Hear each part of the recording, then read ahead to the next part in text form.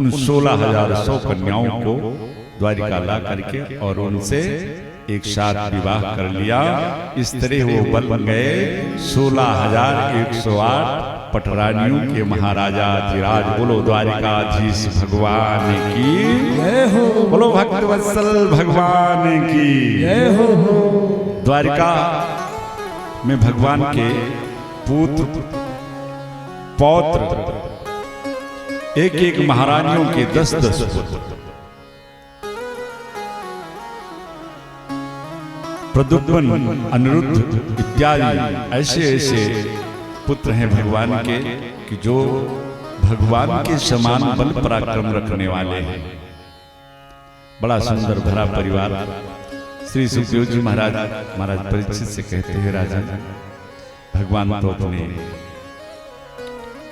परिवार में, द्वारिका की प्रजा में, उनके संरक्षण में, कार्यभार में लगे हैं। इधर एक बड़ी सुंदर चर्चा श्री सुखदेव जी महाराज परीक्षित से कहते हैं, राजा भगवान के एक बचपन के सखा हैं, और जैसे ही भगवान के उस मित्र की याद श्री सुखदेव जी महाराज को आई, महाराज श्री सुखदेव जी महाराज ने भगवान के इस मित्र का ना नाम बताया ना ग्राम बताया, स्मरण करते ही उनके पीछे जाने कितने विशेषण लगा दिए कि जो भगवान के सखा है ना वो हैं कैसे।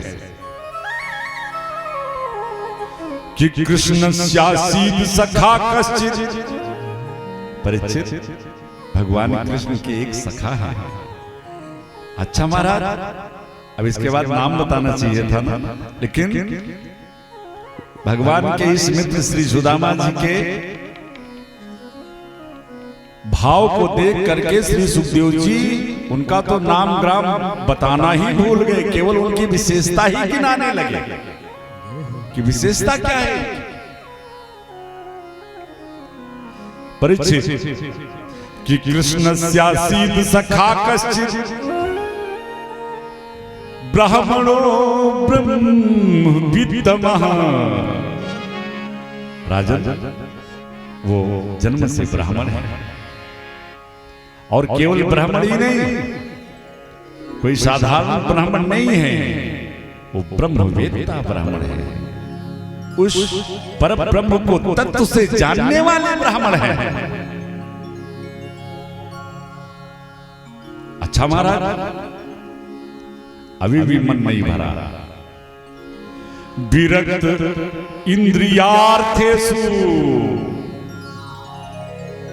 समस्त इंद्रियों से विरक्त है। हमारी 10 इंद्रियां, 11वां ये मन जैसा चाह रहा है हमारी इंद्रियां उसी तरफ भागी दौड़ी चली जा रही है।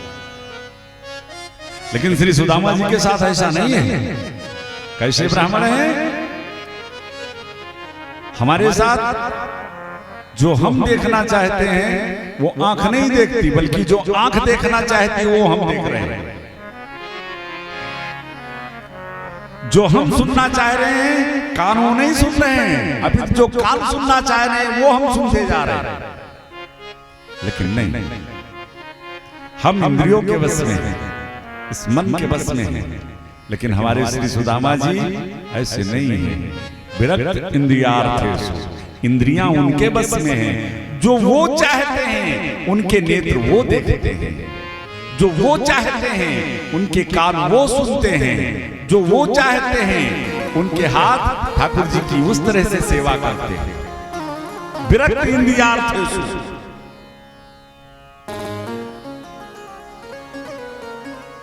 विशेषण पर विशेषण देते जा रहा है। ब्राह्मणो ब्रह्मवित्तमा विरक्त इंद्रियार्थेषु प्रशांतात्मा। ये सबसे बड़ी चीज है। भागवत में 2 ही पात्र ऐसे मिलते हैं कि जिनके लिए ये लिखा गया प्रशांतात्मा। एक हमारे श्री सुखदेव जी महाराज जो निज लाभ तुष्टा, अपने आनंद में हमेशा डूबे रहने वाले। दो ही पात्र भागवत के ऐसे मिले,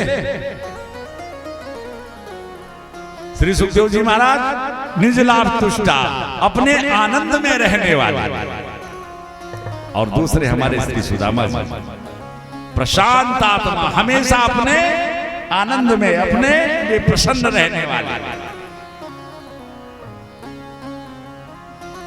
हमारे पास देखिए दो चीजें बड़ी महत्वपूर्ण हैं।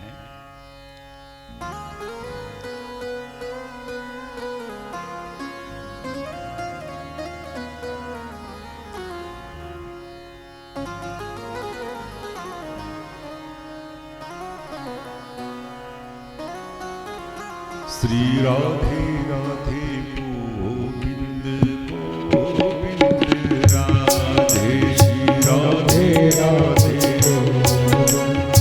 गोविंद, श्री राधे राधे गोविंद गोविंद राधे, श्री राधे राधे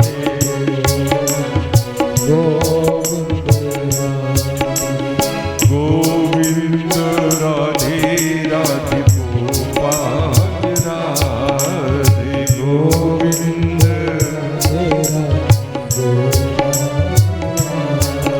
श्री राधे राधे गोविंद गोविंद श्री राधे राधे।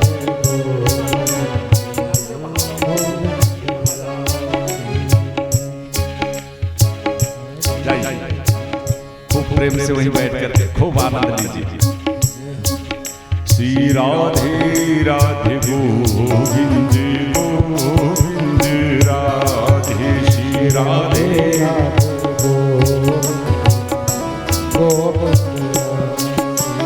गोविंद राधे राधे गोपाल राधे गोविंद राधे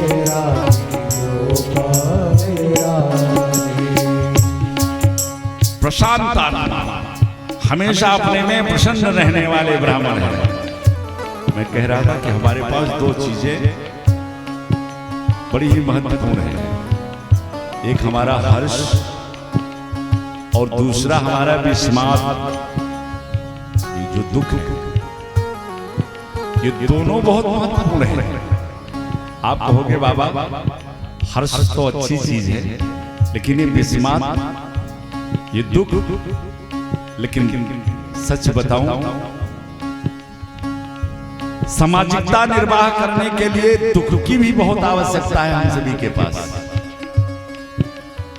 चलो मान लेते हैं कि आपके पास दुख नहीं है, दुख आपके हृदय में विस्माद नहीं हो सकता कभी भी। आप हमेशा प्रसन्न रहना चाहते हैं, हमेशा हंसते मुस्कुराते। संजोग से आपके किसी बहुत प्रिय का जवान बेटा मर गया और आप वहां पहुंचे, अब बताओ आपकी प्रसन्नता, आपकी सामाजिकता खो देगी। अरे भाई किसी का बेटा मरा पड़ा है और तुम वहां खो प्रसन्न हो, आनंद की बात है। नहीं, यहां विस्माद की आवश्यकता है, यहां दुख व्यक्त करने की आवश्यकता है। और अगर आपके पास है नहीं तो करोगे कहां से? इसलिए दोनों की बहुत आवश्यकता है। बड़ी महत्वपूर्ण हमारी चीज थी, लेकिन हमने इसको दूसरे के हाथ में दे दिया। हमारी वस्तु थी और हमने इसको दूसरे को दे दिया। किसी ने खूब प्रेम से आपका स्वागत किया, माला पहनाया, तो हम हर्ष से भरे, और किसी ने तो अब शब्द क्या कह दिए तो हम फिर विस्माद से भर गए। यानी मेरा हर्ष और विस्माद मैंने दोनों दूसरे को दे रखा है। पर ऐसा नहीं होना चाहिए। ये दोनों हमारी वस्तु है, हमारे पास ही रहने चाहिए। देखो श्री सुदामा जी को, प्रशांत आत्मा,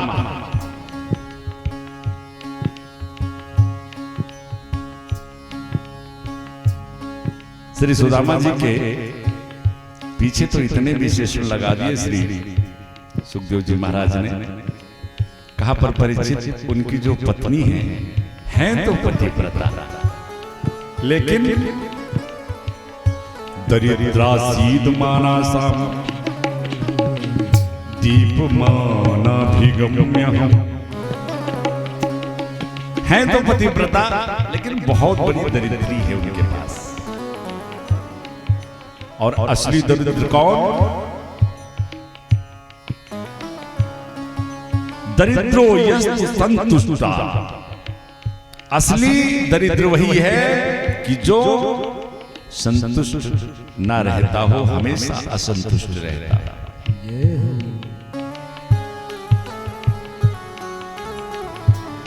अब यहां एक प्रश्न उठता है कि अगर पतिदेव मास्टर हैं तो श्रीमती जी चाहे अंगूठा टेक हो लेकिन मास्टरनी बोलेंगे, है ना? श्री सुदामा जी के लिए इतना विशेषण लगाया तो एकाध श्री सुशीला जी के लिए बनता था।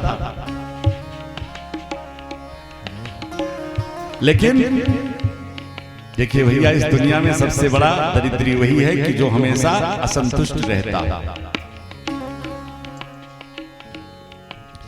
आज 70 वर्ष की, बहुत ध्यान से सुनिएगा, आज 70 वर्ष की अवस्था श्री सुदामा जी की हो गई। विवाह हुए कम से कम 40 वर्ष 45 वर्ष बीत गए। आज अचानक से श्री सुशीला जी को याद आ गया कि अरे हम इतने अर्थविहीन होकर के इस तरह से दरिद्रता में जीवन यापन कर रहे हैं। अरे इनके हमारे स्वामी के तो सखा द्वारिकाधीश हैं। परीक्षित जी महाराज ने श्री सुखदेव जी महाराज से कहा, राजन सरकार, ये बात कुछ हजम नहीं हो रही है कि आज सुशीला जी को इस घर में आए कम से कम 40-45 वर्ष हुए होंगे, आज तक उनको कन्हैया की याद नहीं आई, द्वारिकाधीश की याद नहीं आई।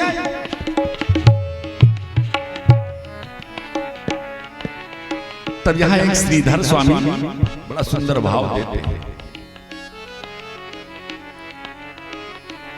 देखिए, कुछ कथाएं हमारे समाज में इस तरह से लोग प्रचलित हैं कि जिनका उल्लेख कहीं नहीं मिलता।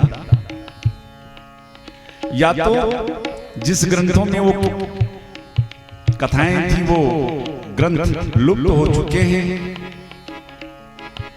लेकिन संतों के द्वारा जो प्रचलित कथाएं हैं, जैसे द्रौपदी के चीरहरण के अवसर पर जो कथा आती है कि भगवान शिशुपाल का जब वध करने लगे तो चक्र के द्वारा जब उसका वध किया तो चक्र से उनकी अंगुली कट गई। न्याय संगत बात नहीं। अरे भाई, सुदर्शन चक्र में कहीं कोई ऐसी धार नहीं थी अंदर कि वो भगवान की अंगुली काट ले। और अगर एक बार अंगुली कटी थी तो बार बार कई बार उन्होंने चक्र का प्रयोग किया तो एक आध बार और कटी होती। इधर एक कथाएं प्रचलित हैं कि हमारे श्री श्याम सुंदर भगवान कृष्ण और उनके सखा श्री सुदामा जी गुरुदेव के यहाँ जब समिधा लाने जाते हैं तो कृष्ण के हिस्से का चना सुदामा जी अकेले खा जाते हैं। अरे विचार कीजिए, वो सुदामा जो कृष्ण के बिना एक क्षण नहीं रह पा रहा है, वो भला अपने कृष्ण के हिस्से का चना खाएगा? तो श्रीधर स्वामी एक कथानक बड़ा सुंदर समाज को देते हैं। कहा इसके पीछे कारण था। एक बार जब श्री कृष्ण भगवान और श्री सुदामा जी बाल्यावस्था में विद्या अध्ययन के लिए गुरुदेव संदीपनी के यहाँ, तो गुरु माता ने श्री सुदामा जी को कहा, बेटा सुदामा, और सारे विद्यार्थी तो भिक्षाटन के लिए गए हैं, लेकिन तुम जाओ जंगल से कुछ ईंधन ले आओ, समिधा ले आओ, भोजन बनाने के लिए लकड़ी ले आओ। सो सुदामा जी ने मैया से कहा कि माँ आप कहो तो एक आध विद्यार्थी में और साथ में ले लूं। मैया समझ गई कि ये कृष्ण के बिना अकेले तो जाएगी नहीं, गदगद हो गया। जाओ जाओ कृष्ण को साथ में ले। सुदामा जी लकड़ी काटने के लिए कुल्हाड़ी रस्सी लेने चले गए और इतने में श्री दुर्वासा जी आ गए आश्रम में। दुर्वासा जी ने मैया के आगे भिक्षाम देही,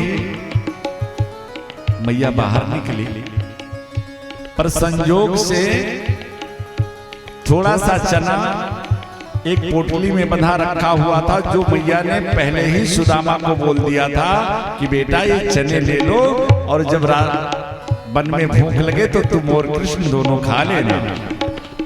उस चना के अलावा आश्रम में एक भी दाना नहीं था, एक भी अन्न नहीं था।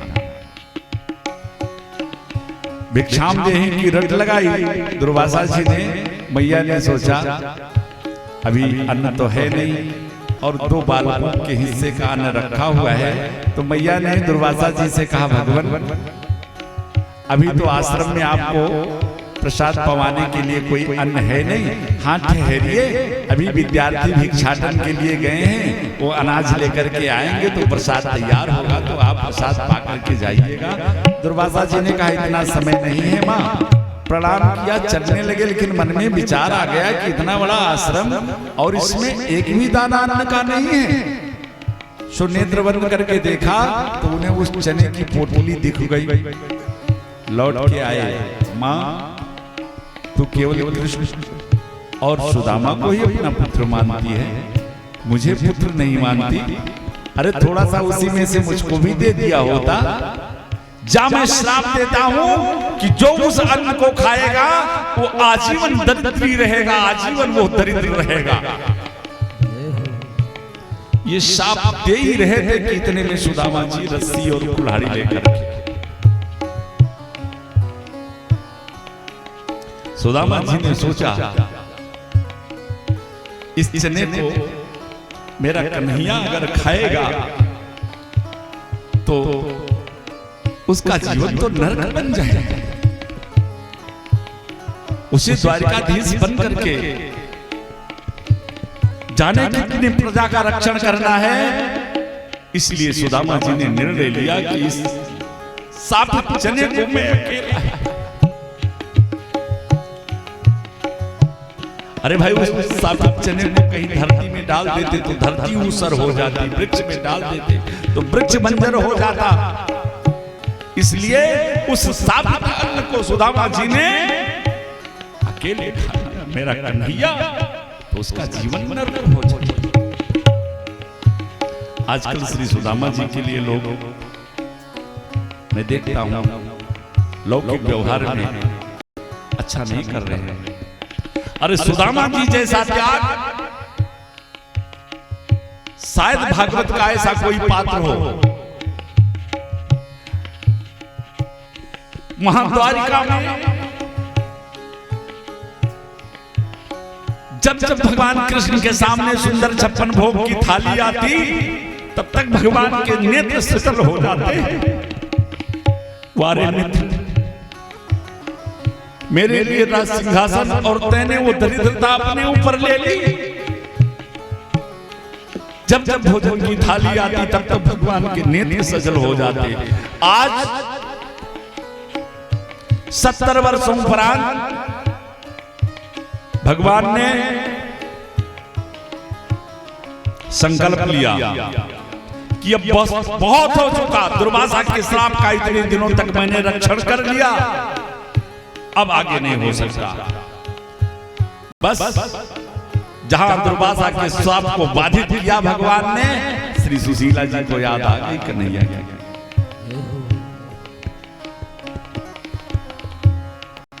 स्वामी मैंने सुना है कि आपके बचपन के सखा द्वारिकाधीश हैं। हाँ देवी सच्ची बात है। भगवान अगर आप चले जाते तो हमारी आजीवन की ये दरिद्रता दूर हो जाती। सुदामा जी ने खा करे पगली भेजने को कहा, ये तो बड़ा सुंदर किया कि मेरे त्रैलोक्यनाथ से मिलन की चर्चा प्रकट करी। लेकिन एक बात बता, इतने दिनों के बाद मैं उसके पास जाऊं तो उससे कुछ मांगू? सुशीला जी को लगा कि अगर इनको मैं मांगने के लिए प्रेरित करती रहूंगी तो ये जाने वाले हैं नहीं। कहा था सरकार कम से कम इतने दिन बीत गए, एक बार जाकर के मिल तो आओ। हाँ ये बात ठीक है, पर देवी शास्त्रों में नियम है कि मित्र के यहाँ जाए तो कुछ भेंट लेकर के जाना चाहिए। तो एक बात बताओ, कुछ रखे हो क्या? देखिए यहाँ भी बड़ा सुंदर संकेत है। सुदामा जी को पता है कि घर में तीन दिन चूल्हे नहीं जलते। सुदामा जी कहीं से ला करके सुशीला जी को दिए नहीं है, लेकिन पूछ जरूर रहे हैं कि कुछ रखे हो का?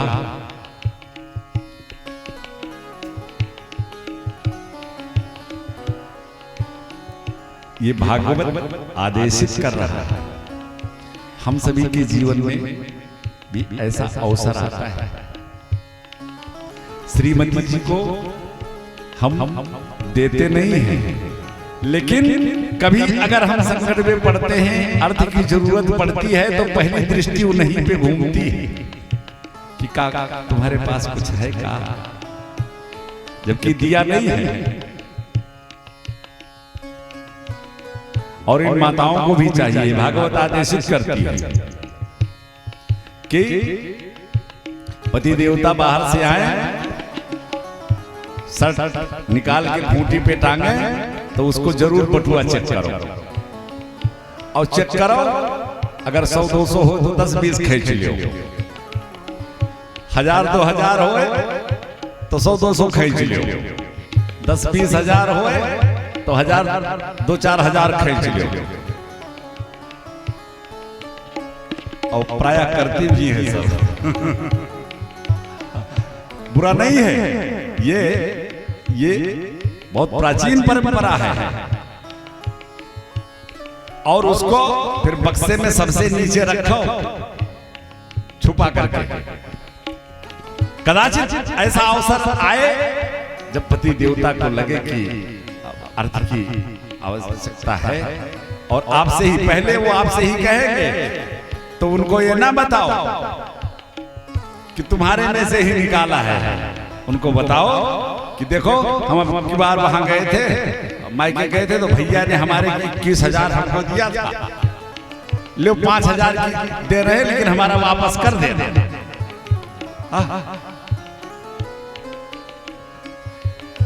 सुदामा जी ने एक को दाना दिया नहीं है सुशीला जी को, लेकिन पूछ रहे हैं कि कुछ रखे हो क्या? सुशीला जी ने कहीं भी ये उल्लेख नहीं मिलता कि इस ब्राह्मण परिवार ने कहीं भिक्षाटन किया हो। सुदामा जी शिलोंग शिवंती पर अपना जीवन निर्वाह करते हैं। किसान खेतों से अपनी फसल उठा लाता है तो जो दाने खेत में गिर जाते हैं उसी से अपना जीवन यापन करते हैं।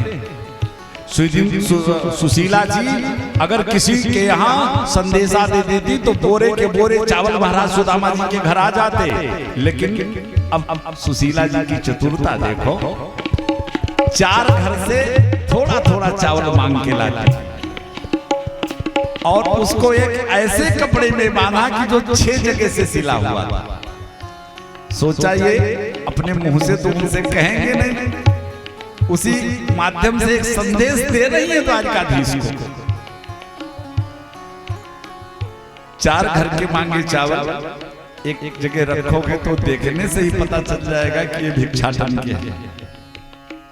बांध के दे दिया। जब चलने लगे तो सुशीला जी ने कहा अपने मित्र से मेरा एक संदेश कह दीजिएगा। क्या देवी बताओ? तो सुशीला जी कहते हैं कि द्वारिकाधीश से मेरा एक संदेश यही दे देना कि 1 मास 2 पाख में 2 एकादशी होए, पर मेरे घर नंदलाल जो नित्य एकादशी।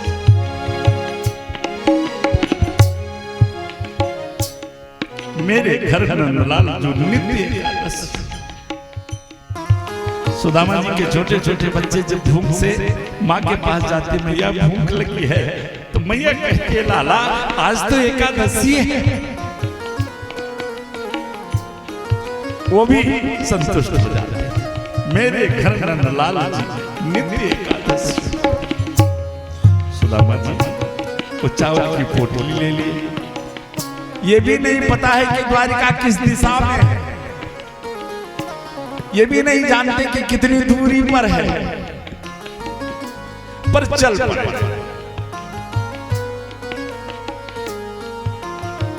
किसी ने एक बड़ा सुंदर भाव दिया, चल पड़े श्री कृष्ण के नाम का जप करते हुए।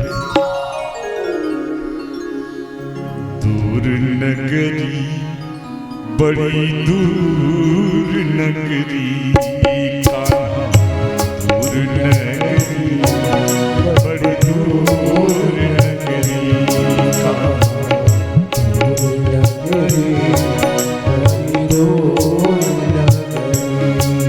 कैसे आऊं वो कन्हई, कैसे आऊं ये कन्हई तेरी गोकुल नगरी, बड़ी दूर नगरी कान्हा, दूर नगरी बड़ी दूर नगरी।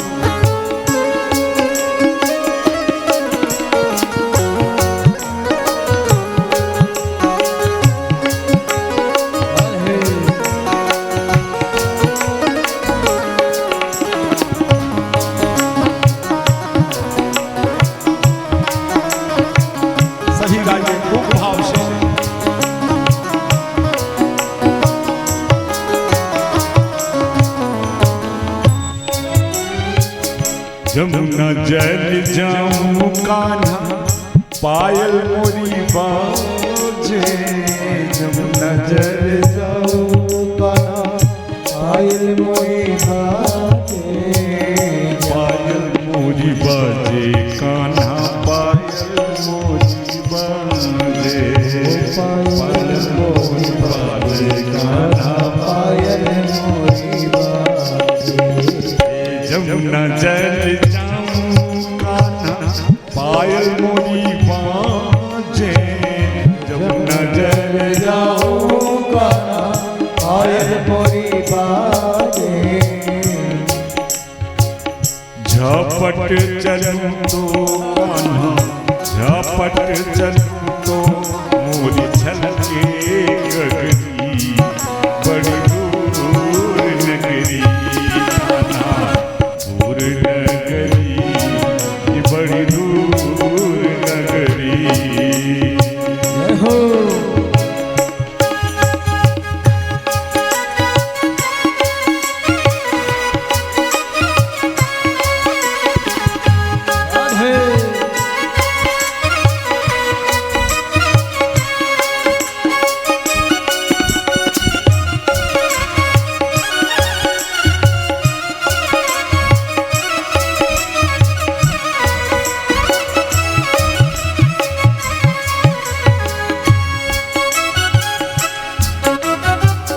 रात को जमाऊं कान्हा रग महिला के, रात को जमाऊं कान्हा रग महिला के, रग महिला के कान्हा रग महिला के, रग महिला के कान्हा रग महिला के। रात को जो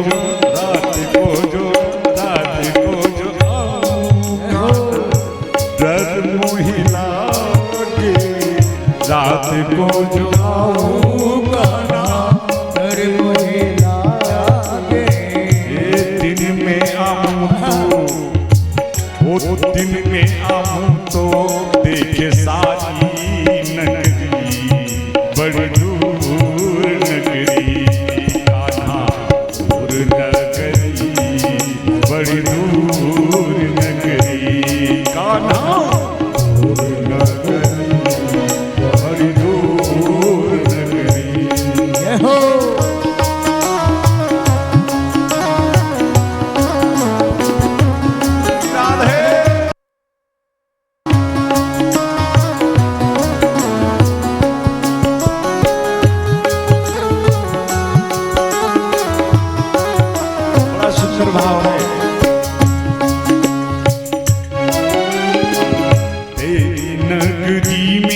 कान्हा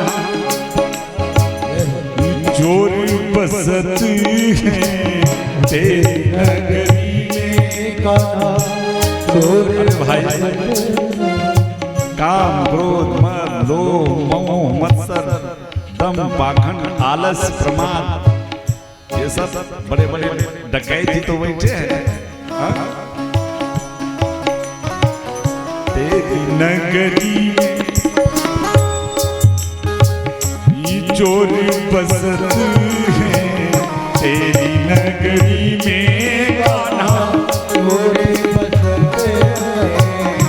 लूट ले में जो कान्हा लूट ले में जो मेरी नाथ दुलरी बड़ी दूर नगरी कान्हा दूर नगरी बड़ी दूर नगरी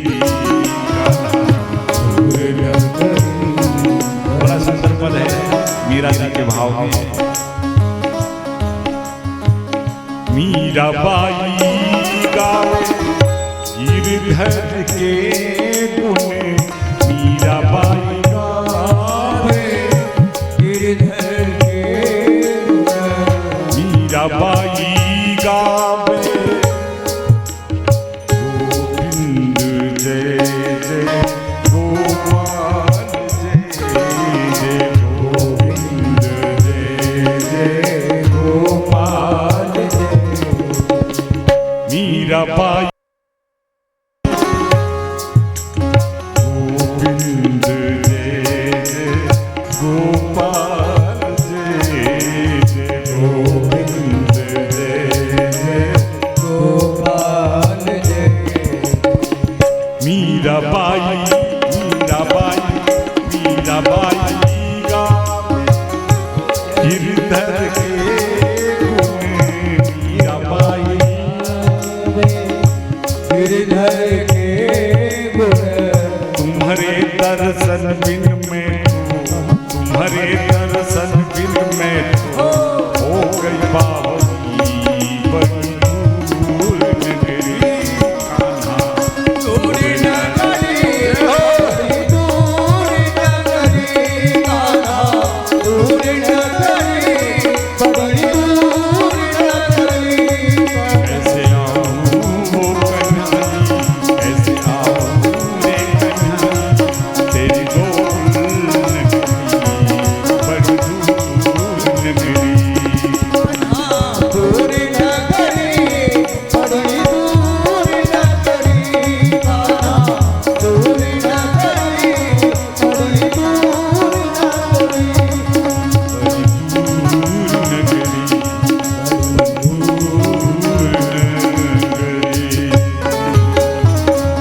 बोलो भक्तवत्सल भगवान की सुदामा जी चलते चलते चले जा रहे हैं न यही पता है कि किधर द्वारिका है कहाँ जा रहा है। विडंबना जाते जाते बीच में नदी पड़ गई।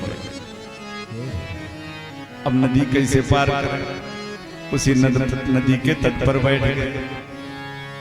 मेरे कन्हैया ने विचार किया चलो भाई कुछ तो करें। सो केवट बन करके एक नैया लेकर के आ गए। है कोई उस पार जाने वाला? अरे सुदामा जी तो खुश हो गए। अरे वारे केवट भैया बड़ी कृपा सरकार की जो आप आ गए भैया मुझे उस पार कर दोगे। अरे आओ पर पार जाने के लिए कुछ मुद्रा वगैरह है? सुदामा जी ने तो उधर मुंह कर लिया भैया ये तो मेरे पास है नहीं फिर जाओ मैं तो यही ठीक। अगर ऐसे पार करना हो तो भले पर पार कर दो मेरे कन्हैया। कहते सुदामा जी से अरे भाई हम तुम जैसों को तो ही पार लगाते हैं आओ बिठा लो। एक तरफ सुदामा जी अपनी पोटली लेकर के अपनी छड़ी लेकर के नाव में बैठे हैं। दूसरी तरफ भगवान हमारे सरकार पतवार चला रहे हैं और बड़ी अपलक नेत्रों से अपने नेत्र सुदामा का दर्शन कर रहे देख रहे हैं। नाव चल रही है सुदामा जी को देखे जा रहे हैं। काफी देर के बाद सुदामा जी ने खुद पूछ लिया भैया केवट, मैं देख रहा हूं तुम हमें बड़ी देर से बड़ी गौर से देख रहे हो, काय को देख रहे हो? भगवान के लिए सजग हो गए, पार उतार। केवट भैया से ही पूछ लिया कि भैया केवट एक बात बताओ, हमें द्वारिका को जाना, यहाँ से द्वारिका कितनी दूर होगी? केवट रूपधारी भगवान ने कहा, ब्राह्मण देवता, आपकी इस शारीरिक संरचना को देख करके जो आप 1.5 हड्डी के दिखते हो, आपके चलने की इस विधा को देख करके मुझे लगता है कि अगर आप कम से कम 6 महीने चलोगे तो चाहे द्वारिका पहुंचो। सुदामा जी ने तो माथा पकड़ा, केवट भैया से कहा, भैया तुम तो जाओ, वही नदी के तट पर रेते में आधी धोती पहन रखी थी, आधी ओढ़ करके वही हाथ का तकिया बना करके लेट गए। भैया कन्हैया, अब तू जाने, तेरा काम जाने, अब तो मेरे से चला नहीं जाएगा। सुदामा जी यहां नदी के तट पर लेटे और जब आंख खुली तो देखते क्या है कि द्वारिका के फाटक पर ही अपने को पाया। बड़े बड़े गुम्बद वाले महल, बड़ा सा फाटक। सुदामा जी आश्चर्य में, भैया हम कहाँ आ गए? एक आदमी वहां से जा रहा था, उससे सुदामा जी ने पूछ लिया, भैया हमें द्वारिका जाना। वहां ने कहा, बाबा आप द्वारिका में ही तो खड़े हो। सुदामा जी आश्चर्य, अच्छा भैया अगर हम सुदामा द्वारिका में ही खड़े हैं तो एक बात बताओ, हमारा ये कृष्ण कन्हैया कहाँ मिलेगा? वहां ने कहा, ये कौन है? सुदामा जी ने कहा, तुम द्वारिका में रहकर हमारे कृष्ण कन्हैया को नहीं जानते? कहा, नहीं बाबा। अब सुदामा जी को होश आया, ओहो ये तो हमारे बचपन बाल सखा के रूप में जब हम थे तब वो तो इस समय यहाँ के राजा हैं। और सुदामा जी ने कहा कि अरे भाई यहाँ के जो महाराजा धीराज है, अरे जैसे महाराजा धीराज का नाम उस सेवक ने सुना, ब्राह्मण देवता को हाथ जोड़ा, महाराज क्या कह रहे हो? मेरे सरकार के नाम के पीछे जाने कितने विशेषण लगाए जाते हैं, श्री श्री 1008 श्री श्री कृष्ण जी महाराज। सुदामा जी ने हाथ जोड़ा, भैया वो हमारे बचपन के सखा हैं, इसलिए हम तो वही अपने बचपन वाला नाम लेकर के उनको पुकार रहे थे। तो भागवत के अनुसार तो श्री सुदामा जी सीधे अंतःकरण में, अंतःपुर में प्रवेश कर जाते हैं। लेकिन एक बड़ा सुंदर भाव श्री पुरुषोत्तम दास जी ने प्रस्तुत किया कि सुदामा जी फाटक पर खड़े होकर के और द्वारपालों से संदेशा भेजा भगवान को, जा करके कह दीजिए कि आपके बचपन का सखा आया है। वो द्वारपाल से सुदामा जी कहते हैं कि अरे द्वारपालो कन्हैया से कह दो, अरे द्वारपालो कन्हैया से कह दो कि दर पे सुदामा गरीबा गया है, दर पे सुदामा गरीबा गया है। भटकते भटकते न जाने कहाँ से, भटकते भटकते न जाने कहाँ से, तुम्हारे महल के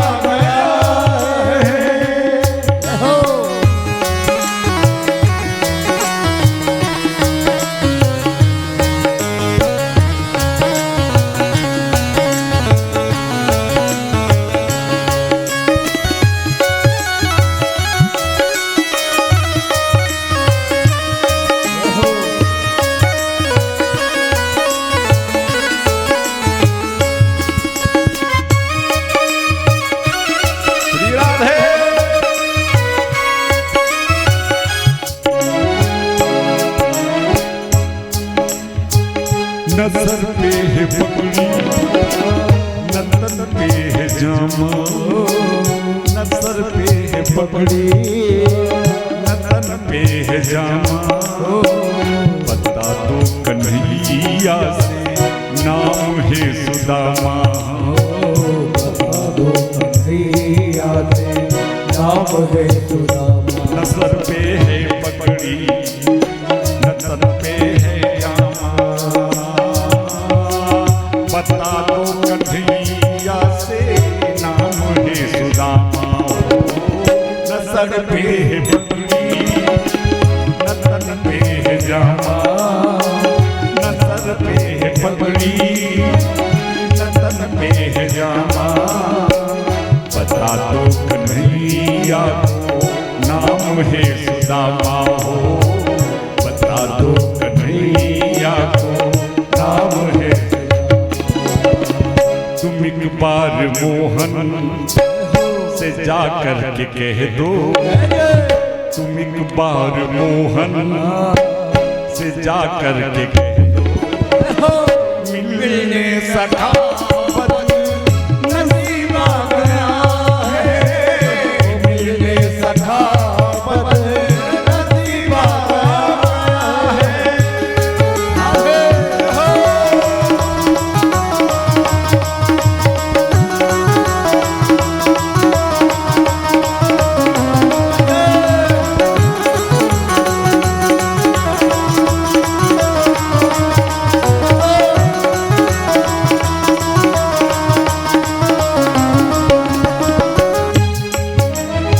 द्वारपाल पुरुषोत्तम जी के भाव के अनुसार पहुंचा महल में। भगवान अभी अभी सुधर्मा सभा का विसर्जन करके और अपने महल में एक पांव फाटक के अंदर रख चुके थे, एक अभी बाहर था। तब तक उस द्वारपाल ने कहा सरकार की जय हो। द्वारिकाधीश ने पीछे मुड़ करके देखा, उस द्वारपाल ने हाथ जोड़ा, सरकार आज एक ऐसी विभूति द्वारिका के फाटक पर आई है कि महाराज आज के पहले ऐसा कोई बताने वाला ऐसी विभूति नहीं आई। अरे भाई बताओ कौन है, उसका रूप रंग क्या है, वो कैसा है? वो द्वारपाल कह रहा है सरकार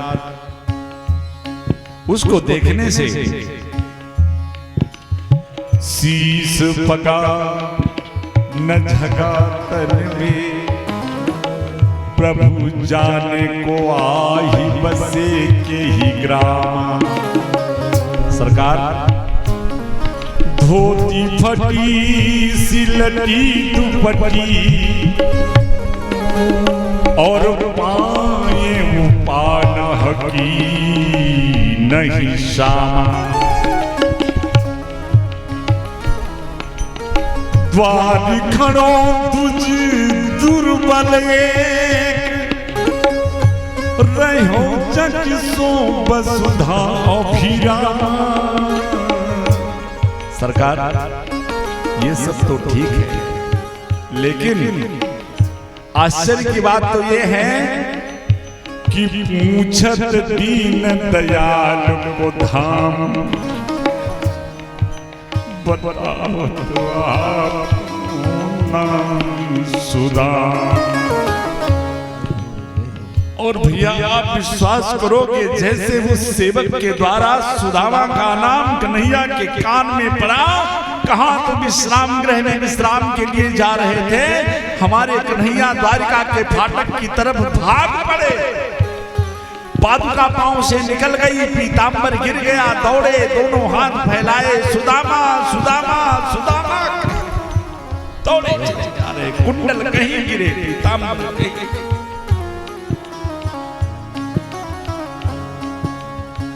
सारे द्वारिका के सेनापति सभी योद्धा सभी हैरान हैं कि आखिर ये ऐसी कौन सी विभूति आ गई कि जिसके लिए हमारे द्वारिकाधीश इस तरह दौड़ पड़े।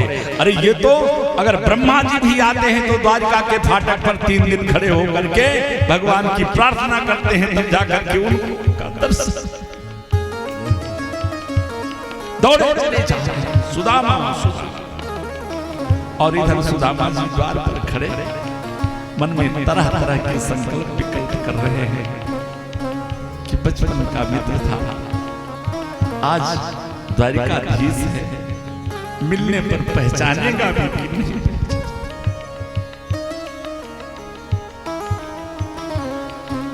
एक फाटक पार किया, दो फाटक पार किया, सुदामा सुदामा कहते हुए प्रभु जब सामने सुदामा को देखा, दौड़कर दोनों मित्र गले से चिपट गए। भगवान तो केवल रोए। सुदामा जी के हृदय के उद्गार, हृदय से अश्रु की धारा निकलती तो है, लेकिन मारे ब्राह्मण अपने उस अश्रुओं को पी लिया, आंखों से निकलने नहीं थे। हो मेरे कन्हैया के सेवक जन कहीं ये ना सोच ले कि ये ब्राह्मण भगवान से धन की आस लेकर के रो रहा है, अपने उस वेदना को हृदय में ही रखे।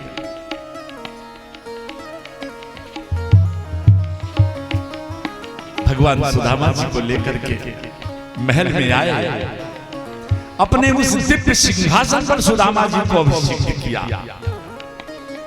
सारी महारानियां खड़ी, सभी अवाक हैं। ये कैसी विभूति है।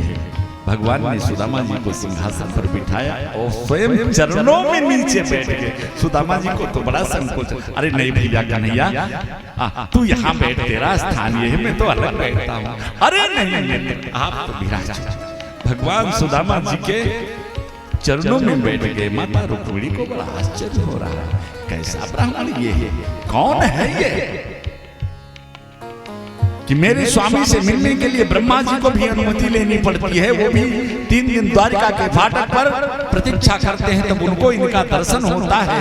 आज इनके लिए इस तरह से ये चरणों में बैठे हैं। भगवान को लगा रुक्मिणी जी को कुछ संशय हो रहा है। भगवान ने तुरंत आदेश दिया रुक्मिणी जी को, रुक्मिणी दौड़ करके परात में चल जाओ, मुझे विप्र देवता के चरण पखारने हैं। लाखों दास दासियां थी, भगवान किसी को आदेश देते नहीं, पराम्बा रुक्मिणी जी। अरे रुक्मिणी जी तो भाग पड़ी दौड़ के परात में जल जाने के लिए। इधर भगवान सुदामा जी के चरणों में बैठ करके उनके पांव को अपने हाथों में उठा, पीतांबर से उसको साफ कर रहे। सुदामा जी के चरणों को बड़े गौर से देख रहे हैं। ध्यान दे, कोई बहुत बड़ा कार्य नहीं कर रहे हैं भगवान। सुदामा जी का भी त्याग देखिए, ये वही त्याग है कि मेरा कन्हैया और राजकुमार है, अगर वो दरिद्र हो जाएगा तो उसका जीवन नर्क हो जाएगा। मैं ब्राह्मण हूं, मैं दरिद्र भी रहूंगा तो भिक्षाटन करके जीवन यापन। पर भगवान भी बैठ गए पांव के पास। ऐसे बेहाल विवाइन सो पद कंटक जाल लगे जोए। सुदामा जी के पांव में जगह जगह बीमारियां फटी हुई हैं, नंगे पांव आए हैं, जगह जगह छोटे छोटे कांटे चुभे हुए हैं उनमें, पर इसकी कोई चिंता नहीं है। श्री कृष्ण कहते द्वारिका। ऐसे बेहाल विवाइन सो पद कंटक जाल लगे किन जोए। हाय महा दुख पायो सखा, तुम आए ते न किते दिन खोए। देखी सुदामा की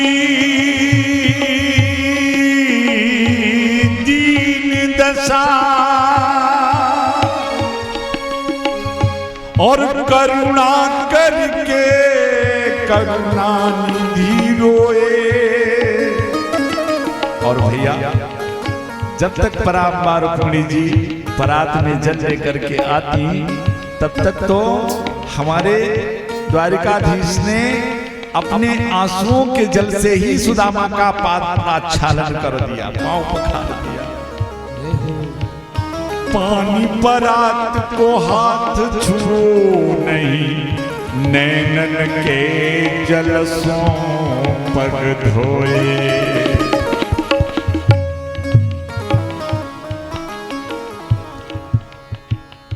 द्वारिकाधीश को लगा कि हमारे मित्र सुदामा जी जब तक इस सिंहासन पर रहेंगे तब तक अपने आप को ये बड़ा असहज महसूस कर रहे हैं। सो भगवान सुदामा जी को लेकर के और पराम्बा रुक्मिणी के महल में, जहां भगवान जिस सैया पर विराजमान होते थे वहां लेकर के गए। मित्र अब आप आराम से लेटो। सुदामा जी बैठने में बड़ा संकोच कर रहे हैं। अरे भैया कन्हैया, ये तेरा आसन है। अरे नहीं मित्र, क्या तेरा क्या मेरा।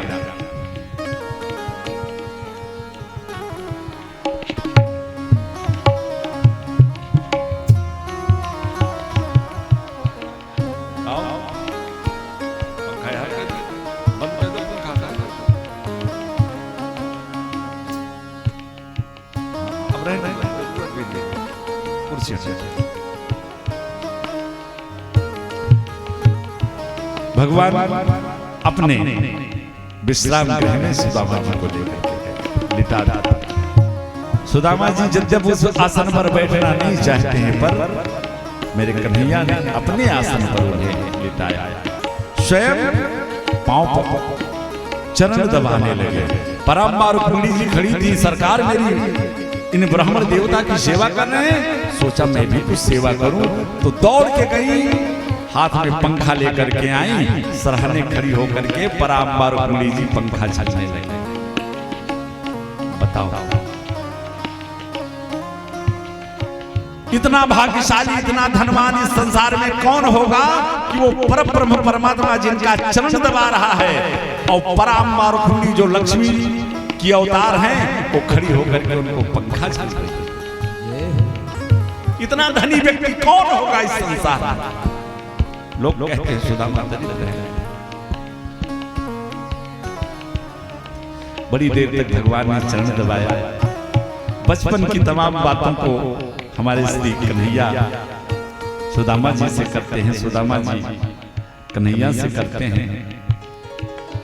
भगवान ने सुदामा जी से पूछ लिया कि मित्र एक बात बताओ, जब हम बचपन में थे तो तुम बार बार कहते थे कि भैया कन्हैया मुझे शादी वादी ना करनी, मैं तो ब्रह्मचारी जीवन जीऊंगा, तो का तुमने शादी वादी करी कि ना करी।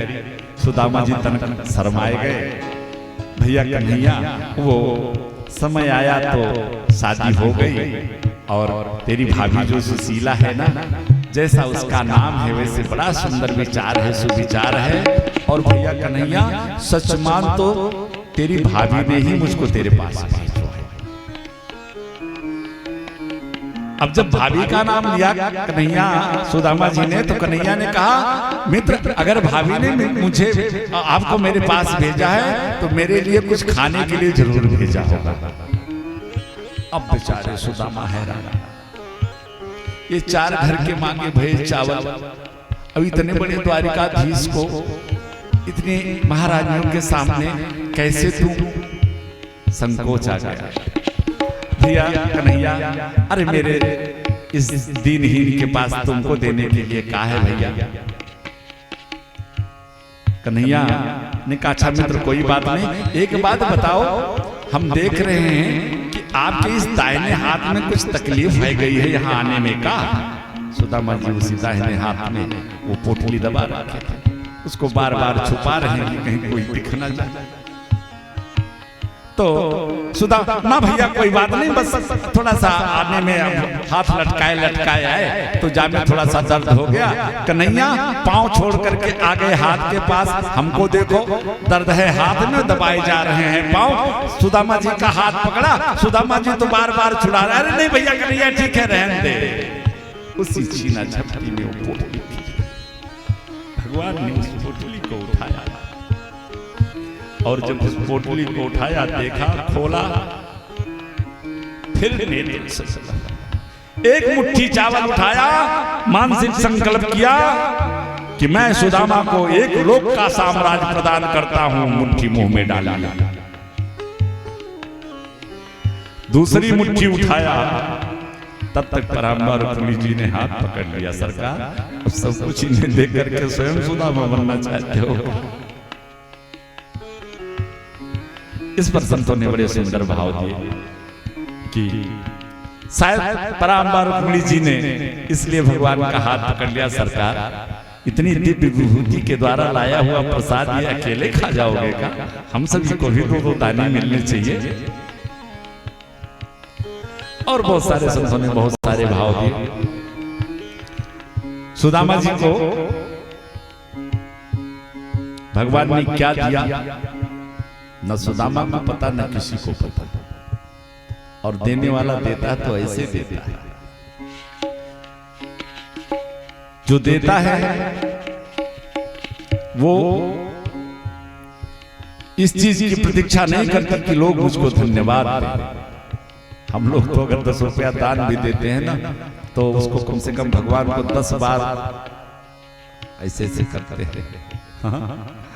अगर किसी ने नहीं देखा तो फिर सोचते हैं थोड़ा सा और ठीक से करें ताकि दिख जाए, लेकिन दे नहीं। देना सीखना है तो बादलों से सीखो। हमें जल की आवश्यकता होती है। रात्रि में बादल कब आए कब जल बरस के चले गए। सुबह हम उठते हैं तो केवल जल ही जल दिखता है, देने वाला नहीं दिखता। सुदामा जी को बहुत कुछ दे दिया पर किसी को पता नहीं है। अब बैठ गए दोनों भाई मित्र बचपन की चर्चाओं में। अच्छा मित्र, एक बात बताओ, तुमने बताई कि हमने शादी कर ली है, और एक बात बताओ, शादी करी भैया और या मित्र अपने कन्हैया को तुमने याद तक ना कियो।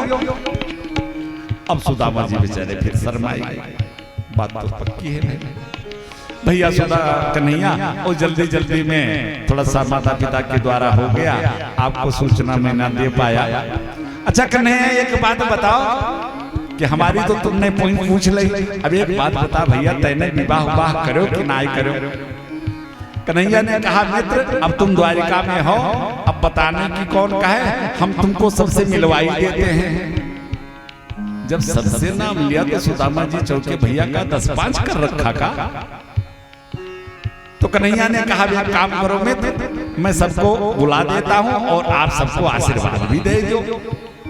अरे सुदामा जी प्रसन्न हो गए, हाँ भैया बड़ी अच्छी बात, तुम तो बुलाओ, हम सबन को खूब आशीर्वाद देंगे। सुदामा जी बैठ गए, पराम्बा रुक्मिणी जी को आदेश दे दिया कि निवास में बता दो, सभी आकर के विप्र देवता से आशीर्वाद ले। पराम्बा रुक्मिणी ने हाथ जोड़ करके आके चरणों में प्रणाम किया। सुदामा जी ने कन्हैया की तरफ देखा, इशारे में पूछा कन्हैया ये कौन है? कन्हैया ने कहा ये वही है। वो बस समझ गए सुदामा जी, ओहो मेरे द्वारिकाधीश की बहू, खूब ढेर सारा आशीर्वाद। सौभाग्यवती भवा, चिरजीवी भवा, पति प्रिया भवा, पुत्रवती भवा, सैकड़ों आशीर्वाद सुदामा जी। रुक्मिणी जी गई, पीछे से जामवंती जी आ गई, चरणों में प्रणाम किया, विप्र देवता प्रणाम। अब फिर देखा सुदामा जी ने कन्हैया की तरफ, ये कौन है? कन्हैया ने कहा मित्र ये भी वही है। अरे सुदामा जी मगन हो गए, ओहो अच्छा तो दो भी आकर रखे, खूब आशीर्वाद, पुत्रवती भवा, पति प्रिया भवा, स्वस्थ भवा। जामवंती जी गई, सत्यभामा जी आ गई।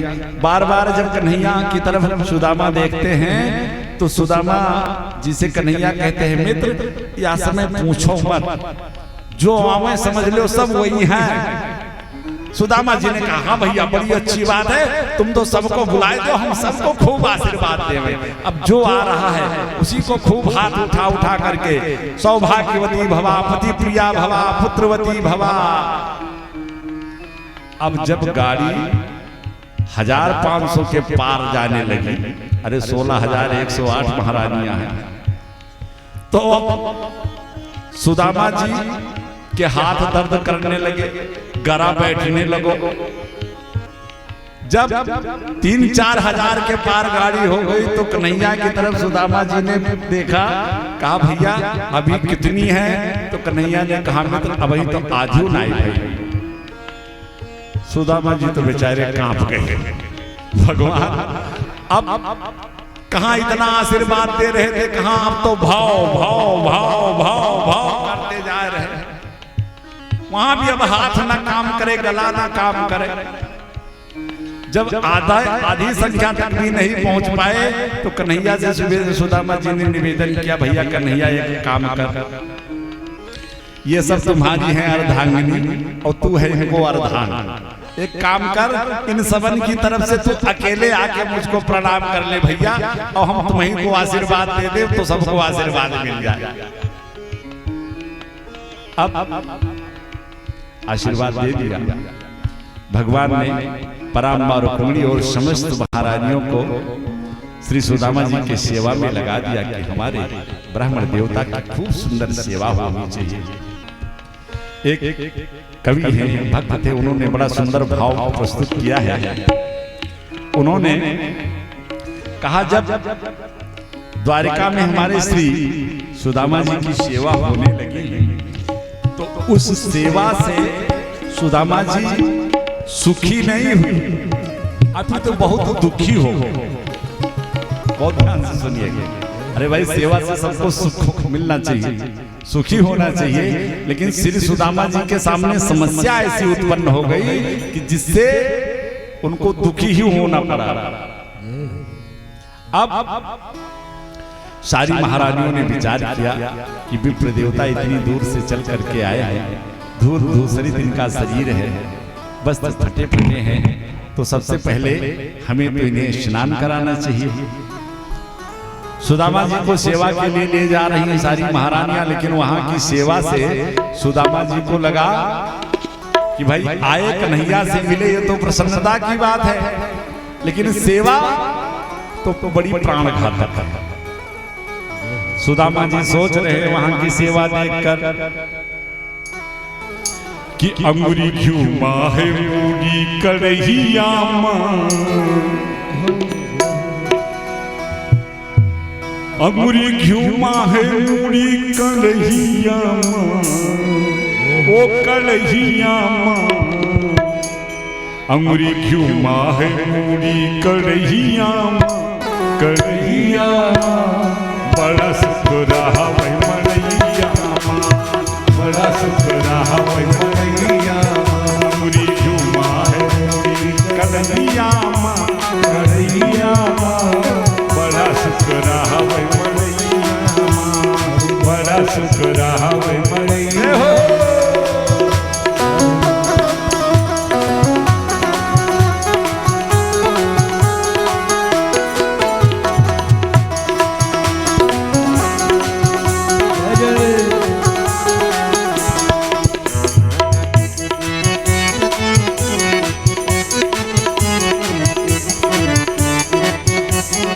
अच्छा, सुदामा जी को वहां की सेवा से ऐसा क्यों सोचना पड़ा?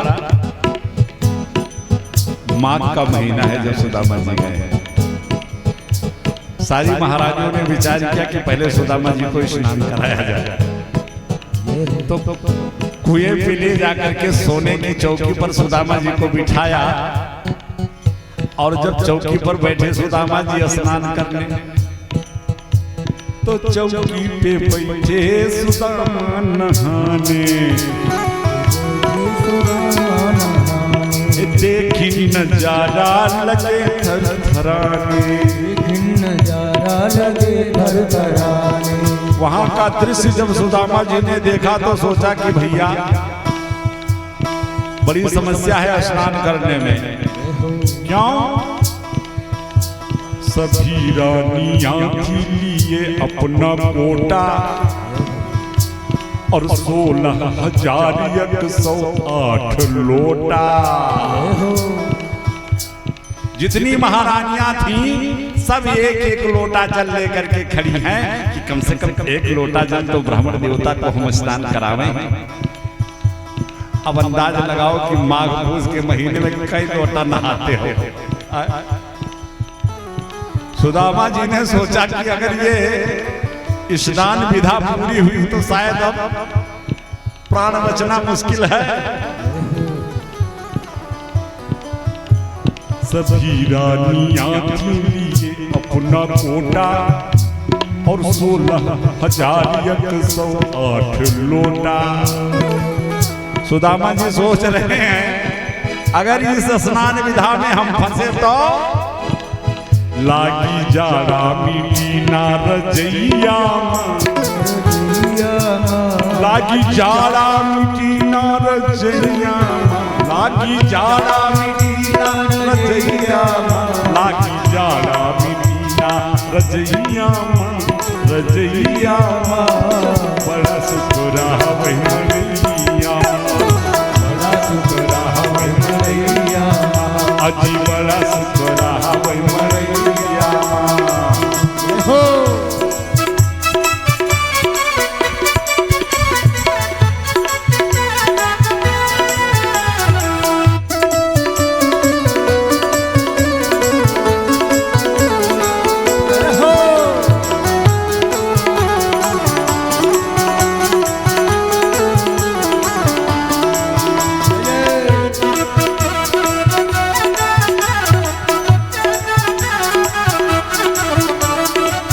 अच्छा तिवारी साहब, कल्पना कीजिएगा कि अगर 16,108 लोटे का स्नान सुदामा जी को करना पड़ा होगा तो ये समस्या थी कि नहीं थी? बहुत बड़ी समस्या। चलो स्नान के बाद में जो दूसरी सेवा की विधा आई सुदामा जी के सामने, वो तो स्नान से भी ज्यादा भयंकर थी। स्नान के बाद में बारी किसकी आती है? भोजन की। सभी महारानियां अपने अपने महल में, अपने अपने रसोइयों में, महाराज श्री द्वारिकाधीश जितनी महारानियां थी 16,108 महल पंक्तिबद्ध सब बने हुए थे। सभी ने अपने अपने रसोइयों में सुंदर सा दिव्य भोजन तैयार किया और श्री सुदामा जी को सोने की चौकी पर भोजन करने के लिए बिठाया। कि चौकी पे, चौकी पे बैठे सुदामा, भोजन पे बैठे सुदामा निराले, भोजन पे बैठे, भोजन पे बैठे सुदामा निराले। सभी रानियां अपना कोटा संभाले। अब वही स्थिति फिर सभी रानियां अपने अपने रसोइये से एक एक थाल सजाकर और भोजन के लिए पंक्तिबद्ध खड़ी हो गई। और इधर सुदामा जी जब इस सेवा को देखा तो चल सांस,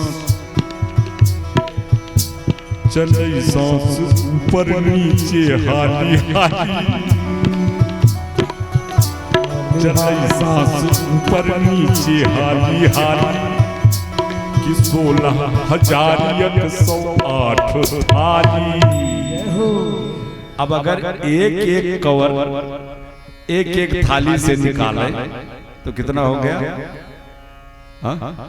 और जिस महारानी के थाली से मान लिया ना लिए तो नाराज हो ही जाएगी। अब सुदामा जी के लिए कितनी विकटता है। सोचा अब क्या करा। चले सांस ऊपर नीचे हाली हाली, चले सांस ऊपर नीचे हाली हाली, चले सांस ऊपर नीचे हाली हाली, और 16,108 थाली। अब तो फंस गई ले उकुरूब कहिया, अब तो फंस गई ले उकुरूब कहिया, अब तो फंस गई ले उकुरूब कहिया, अब तो फंस गई ले उकुरूब कहिया।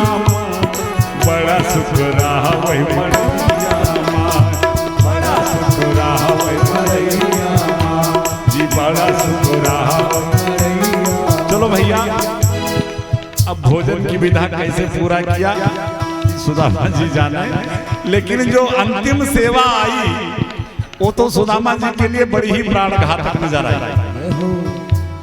अब भोजन के बाद बारी किसकी आती है? शयन की।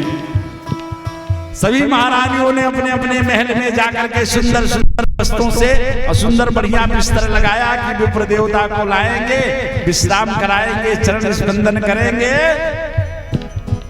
सभी ने आग्रह किया अब जब इस सेवा का नाम सामने आया तो सुदामा जी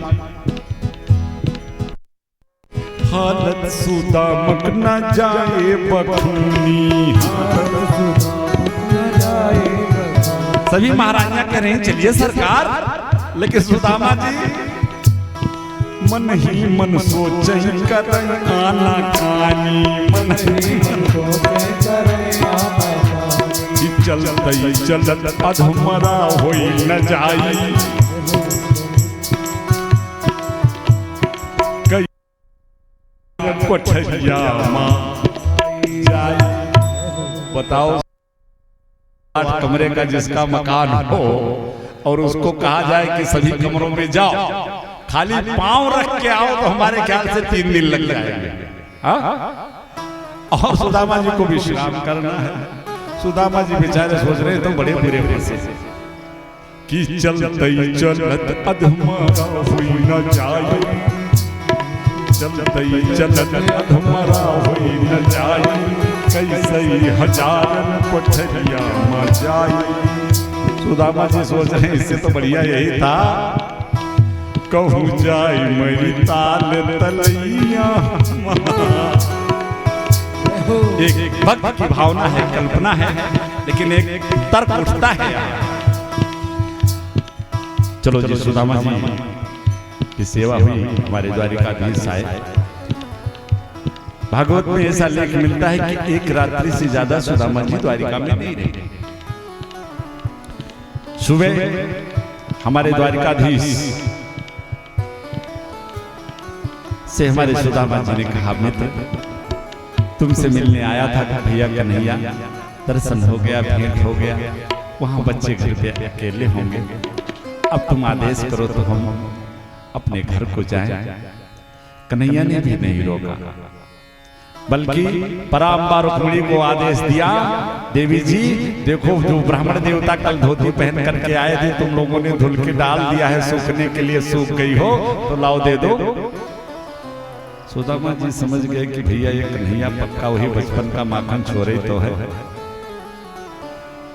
जो द्वारिका के वस्त्र स्वर्णिम आभूषण थे। सुदामा जी उन सब को उतार कर पुनः अपनी उसी फटी धोती को पहन करके और अपने मित्र सुदामा कन्हैया से मिल करके बड़े भाव से बड़े प्रेम से अपने नगर की तरफ चल पड़ते हैं।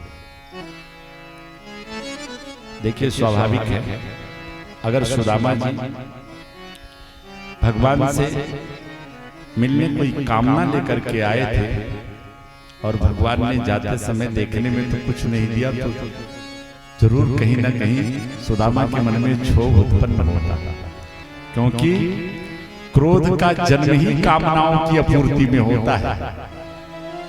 हम कोई कामना करें अगर वो पूर्ण होती जाए तो क्रोध उत्पन्न होने का कोई अवसर ही नहीं है। क्रोध तो जन्म ही लेता है जब हमारी कोई कामना पूरी नहीं हो रही। इसीलिए बड़े सुंदर भाव से सुदामा जी वापस जा रहे हैं। चलते चलते उस स्थान पर पहुंचे जहां से आए थे, लेकिन आज उस स्थान पर उनकी कुटिया के बजाय तो दूसरे द्वारिका का निर्माण हो चुका है महाराज। सुदामा जी विचार कर रहे भैया का रास्ता भूल गए हम का, घूम के फिर द्वारिका आई गए का। एक सेवक से पूछा भैया ये कौन सा नगर है? उसने कहा महाराज ये सुदामापुरी है। सुदामा जी सोच रहे हैं सुदामापुरी मुझ जैसे दरिद्री का पुरी। सोचा कि हमारे द्वारिका जाने के उपरांत हो सकता है कोई सुदामा नाम का राजा आया हो और उसने यहाँ अपना नगर बसा लिया हो। तो फिर किसी सेवक से पूछा कि महाराज अपने राजा से मुझे मिलवा दो, मुझे अपनी कुटिया का पता लगवाना है, मेरे बच्चे थे, कम से कम उनकी कहीं उन्होंने व्यवस्था बनाई कि उनको निकाल के फेंक दिया। उस सेवक ने कहा महाराज हमारे इस सुदामापुरी के महाराजाधिराज द्वारिकाधीश अपने मित्र से मिलने गए। तब सुदामा जी को लगा कि भाई सुदामा मैं ही तो गया था द्वारिका, ये क्या लीला चल रही है। तो एक सेवक से कहा कि एक काम करो, तो यहाँ की महारानी तो होंगी ना? उसने कहा हाँ महाराज। सुदामा जी ने सोचा तो महारानी तो अगर मैं ही होऊंगा तो महारानी मेरी होंगी। सूचना पहुंच गई सुशीला जी के पास, और उधर सुशीला जी, टेबल बंद कर दिया एकदम क्या? थोड़ा सा टेबल बढ़ाओ इसका। श्री राधे श्री राधे राधे गोविंद गोविंद राधे श्री। 12 इंच स्पीकर तुम्हारा ले